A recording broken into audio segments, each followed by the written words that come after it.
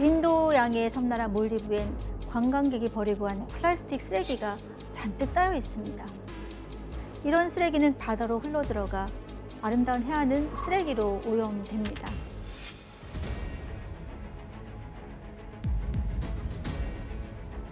아니, 여기로 일부러 보내는 건가? 해류를 따라서 그냥 이제 모이는 거야 그냥? 와. 어떡해. 발리 못 가겠다. 와, 진짜. 이게 저거 진짜 어떻게 해야 되지? 끝이 안 보여. 이거 어떻게 치워야 되냐 이거. 아, 쓰레기. 필라피쉬. 와, 몰디브. 이게 뭐야? 진짜. Killifish is totally garbage. 100%. 24 hours they're burning smokes is there.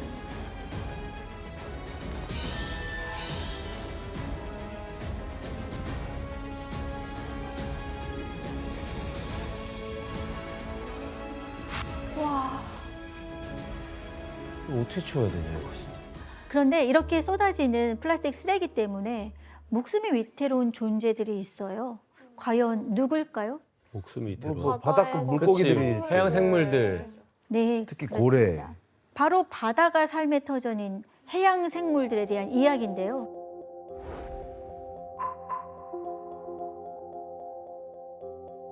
아유 진짜 이걸 참. 어떻게 해야 되지? 하여튼 인간들이 문제야. 플라스틱 쓰레기는 해양 생물들을 그렇게 다치게 합니다. 바닷속을 헤엄치는 거북이의 몸을 옥죄고 아유. 바다새들의 부리를 묶어서 굶어 죽게 만들고요. 빼주고 싶어. 저거 왜 낀 거지 저게?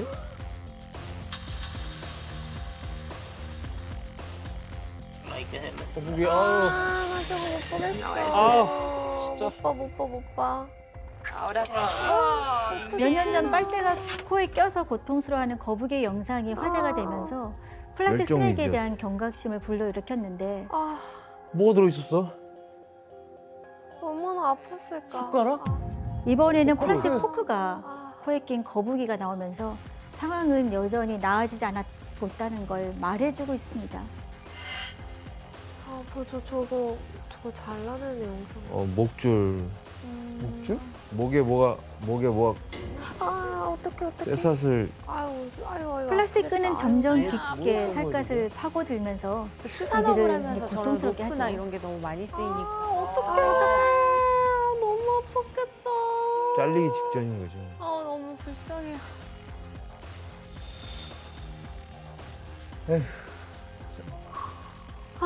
이건 뭐야? 거북이가 저렇게 자라서 저렇게 돼버렸네. 아 잘한 거야. 근데 저게 그 콜라 그 왜 우리 캔 사면 위에 문명이 그거잖아요. 그래, 저게 너무 단단해. 혼자 못 끊지. 교수님 바다 생물들에게 가장 위험한 쓰레기가 뭔가요? 물론 생활 쓰레기도 많지만 해양 쓰레기 중에서 무려 절반을 차지하는 거는 다른 종류예요. 그물류 아닙니까? 그물. 낚시용품 네, 맞아요. 이런 거 아니에요? 바로 물고기를 잡는 데 쓰는 그물, 아하. 낚싯줄, 부표, 밧줄 같은 어업 폐기물들이에요. 바다 사자의 목에 걸린 것은 바로 낚싯줄이에요. 모르겠어, 진짜. 특히 오른쪽에 있는 건 청정 지역으로 여기 알려진 어떡해. 독도 바다 밑의 상황이거든요.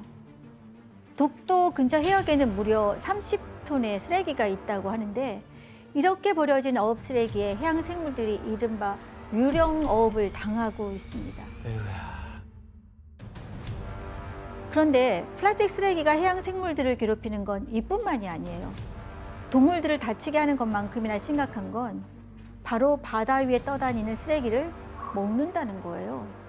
이건 스페인의 한 해안에서 사체로 발견된 향유고래의 모습인데요. 고래 뱃속에서 나온 비닐봉지들이 엄청나죠. 네.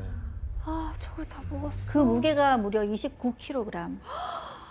비닐봉지와 함께 페트병, 심지어 우산까지 총 47종의 플라스틱 쓰레기를 어떡해. 먹고 소화하지 못한 채 사망에 이르게 됐어요. 불쌍해. 이 사진은 북극 인근 스웨덴에서 촬영된 북극곰 사진인데요. 뭐야? 듣지 마. 뭘 먹고 있는 거야? 안 돼. 이 비닐봉지 또한 안에 음식을 담았다가 버려진 거라서 그 냄새로 인해서 먹이로 착각한 북극곰이 이렇게 먹고 있는 모습입니다. 바다를 떠도는 쓰레기를 청정 지역인 북극까지 침범하고 있다는 걸 알 수가 있죠. 아니 왜 바닷가가 쓰레기를 버리고 오는 거야? 난 이해가 안 가네 진짜. 진짜 인간이 문제다. 짜증난다.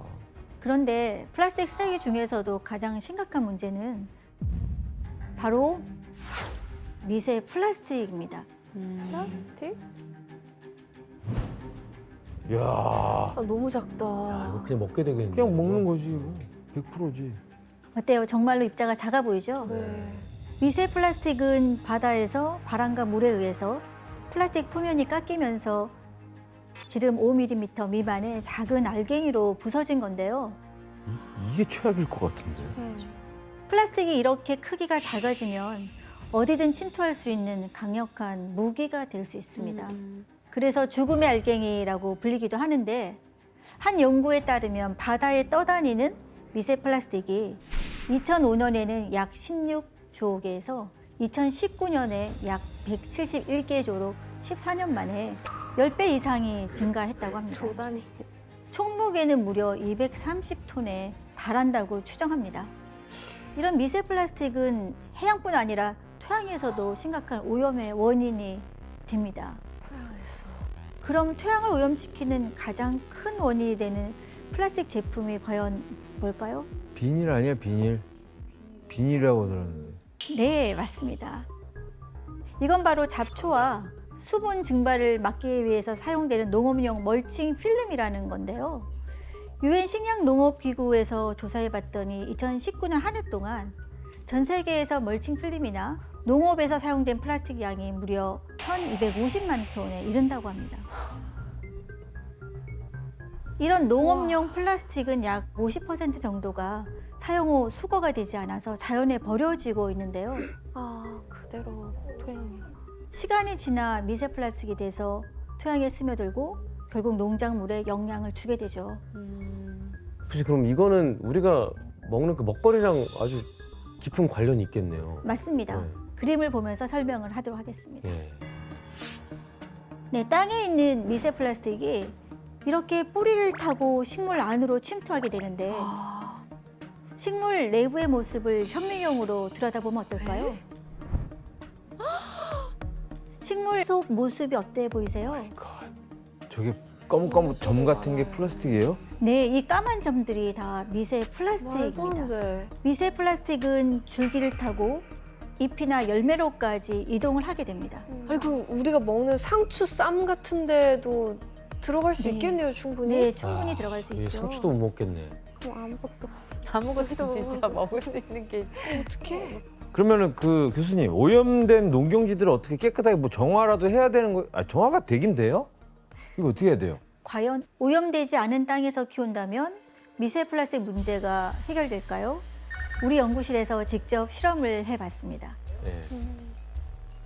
미세 플라스틱에 오염된 완두콩을 깨끗한 토양에 심어봤는데 거기서 새로 나온 완두콩은 어땠을까요? 안 설마. 깨끗했을 것 같아요. 설마 유전이 되는 거야? 다음 세대로. 역시 미세 플라스틱이 발견되었어요. 식물이 한 번 미세 플라스틱 노출되면 토양과 상관없이 어미 세대 식물을 통해서 후세대 식물에게 대물림되는 현상까지 확인이 된 거죠. 진짜 소름이다. 와. 결국 새로운 땅에 씨를 뿌려도 소용이 없다는 얘기거든요. 어떡하지, 진짜?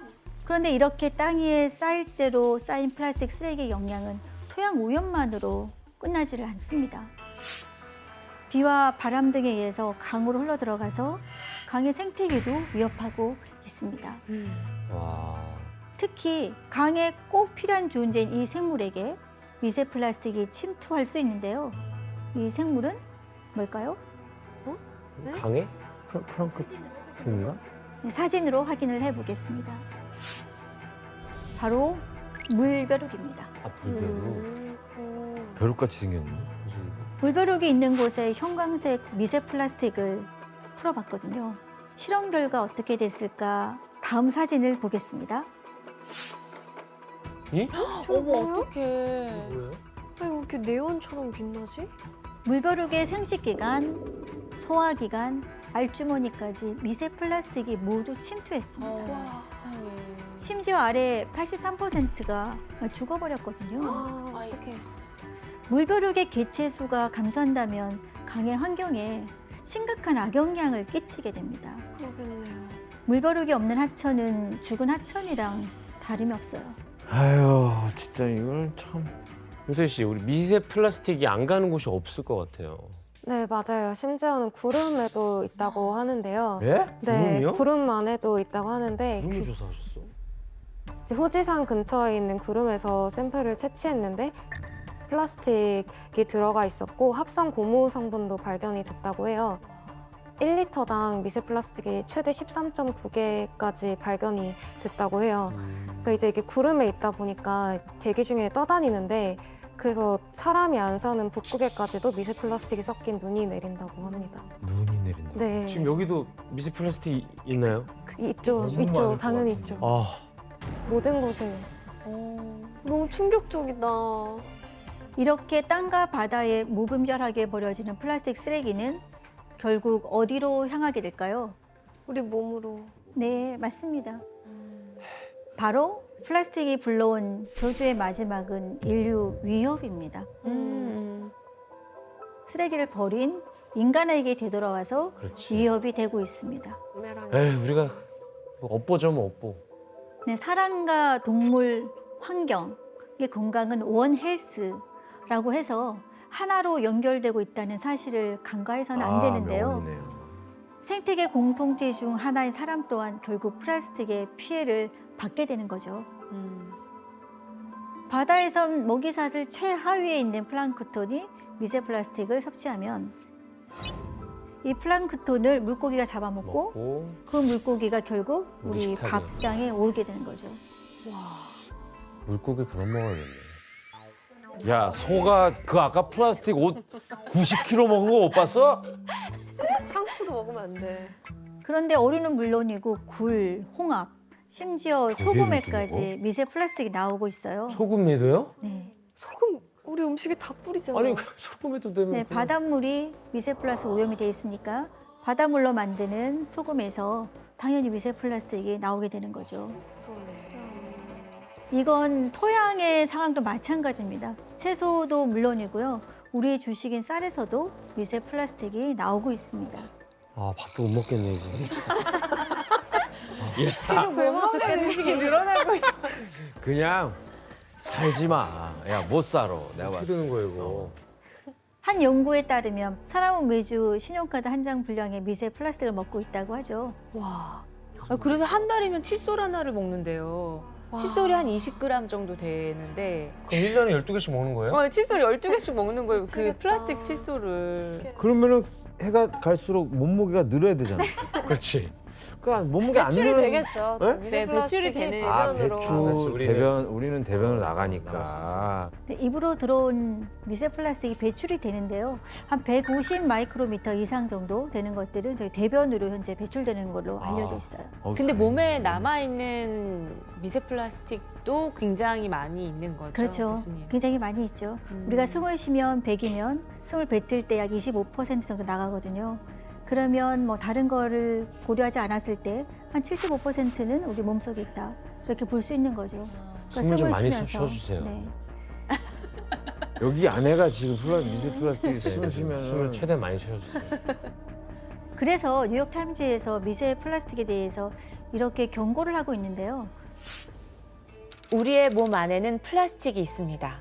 폐와 창자, 혈액 속에도 있습니다. 비록 볼 수 없고 느낄 수 없을지라도 플라스틱은 몸 안에 존재합니다. 네, 들어보니 어떠세요? 아, 정말. 요즘 장난감이 돼가고 있네요. 진짜 그러네요. 점점 이 몸이 장난감. 인체가 플라스틱화. 플라스틱화 돼가고 있는 거잖아요. 네. 너무 무섭네요. 그럼 그 우리 몸속에 계속 지금 축적되고 있는 이 미세 플라스틱이 장기 속으로도 막 침투하고 막 그러나요? 에이, 설마요. 아까 폐랑 뭐 이렇게 말씀하셨단 말이에요. 아니겠지. 폐랑 창자 막 이렇게. 네, 맞아요. 2018년 오스트리아의 연구 사례를 한번 살펴볼까요? 각각 국적이 다른 8명의 사람을 모아서 일주일 동안 모두 플라스틱 랩으로 포장된 식품을 먹게 하고 네. 페트병 생수를 마시게 해봤는데요. 네. 이후 대변 검사를 했는데 그 결과 전원 미세 플라스틱이 검출이 됐어요. 이는 미세 플라스틱이 인체 소화 기관에까지 침투했다는 걸 증명한 그러네. 그런 첫 사례였죠. 아니, 우리가 장이나 막 이런데. 우리 항상 들어가서. 먹는 것들이잖아요, 저런 것들이. 아 근데 한 번 먹었는데 저렇게 바로 나올 정도면 이후 여러 연구를 통해 미세 플라스틱은 사람의 혈액이나 혈전에서까지 발견이 되고 있습니다. 와 혈액이 흐르고 혈액은 좀 있겠죠. 그런데. 야, 특히 페트병의 경우 1리터 생수에서 약 24만 개의 미세 나노 플라스틱이 검출된 바가 있는데요. 24만 개? 네. 심지어 뚜껑을 열고 닫을 때마다도 미세 플라스틱이 나오거든요. 야 우리 엄마 그거 달고 사시는 것 같던데. 아, 물도 못 먹겠네 이제. 아휴, 안 되겠다. 한 모금 해.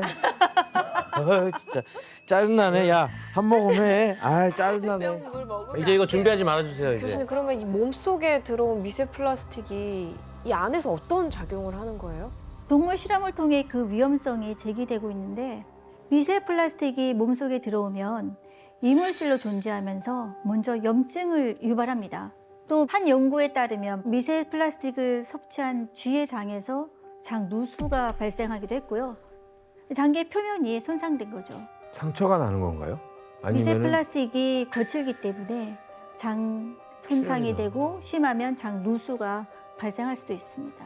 또 하나 주목할 만한 실험 결과는 임신한 쥐에 미세 플라스틱을 2주간 먹인 후 태어난 새끼쥐가 생후 4주 후에 자폐 스펙트럼 증상이 나타났는데요. 새끼쥐의 뇌 조직을 확인해 보니 미세 플라스틱이 파편 형태로 쌓여 있었던 거죠. 유전적 연관성까지 발견된 겁니다. 후천적으로? 후천적으로. 와, 말도 안 돼. 야, 큰일 났다. 어머 어떡해. 그러니까 이 미세 플라스틱이 그렇게까지 영향을 줄 수도 있다는 거죠. 와, 아이고. 아뭐 이게 돌고 돌다 보면 거기까지 가겠지. 이건 뭐 배출도 안 되는 거 아니야? 그런데 플라스틱이 인체에 미치는 영향을 논할 때 가장 무서운 점은 바로 플라스틱이 인간에 어떤 위협이 되는지 아직 제대로 알 수 없다는 거예요. 태어나서 죽을 때까지 한평생을 플라스틱과 함께 살아가고 있는 그 첫 세대가 바로 우리이기 때문인데요. 아, 이게 어떤 결과로 이어질지 그 위험성이나 부작용을 우리가 몸소 체험하면서 알아내는 수밖에 없습니다. 아니 그 개발한 사람 이름 뭐였죠? 베이클라이트? 베이커리? 그분 돈을 굉장히 많이 버셨겠지만 인류에게 좀 큰 시련을 주셨는데요. 아, 또 없으면 또 우리 살 수가 없잖아요 지금. 그뭐 인류가. 만드실 때는 또 이렇게 제약이 그래. 될 줄 어떻게 아셨겠어요. 맞아, 맞아. 네, 맞아요. 네. 플라스틱은 인류가 만든 가장 훌륭한 발명품이지만 그걸 잘못 사용한 거는 사실 사람들이죠. 아휴. 너무 무분별하게 쓴 게 문제가 된 것 같아요. 맞습니다.